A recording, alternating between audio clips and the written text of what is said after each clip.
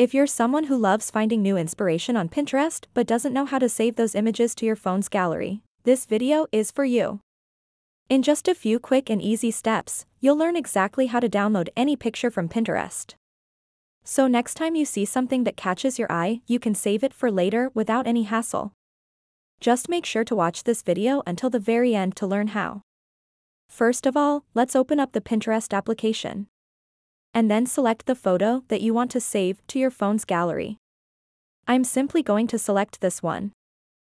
So now what you want to do next is tap on these three little dots at the top right corner of the screen. And it will show you a bunch of options.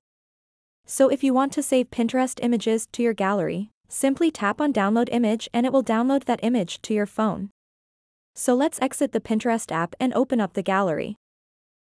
As you can see, this is the image that I just downloaded from Pinterest. So that wraps up this tutorial. If you have any questions about this whole process, please let me know in the comments section below.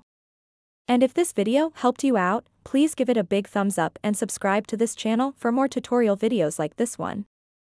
Thank you so much for watching and have a good day.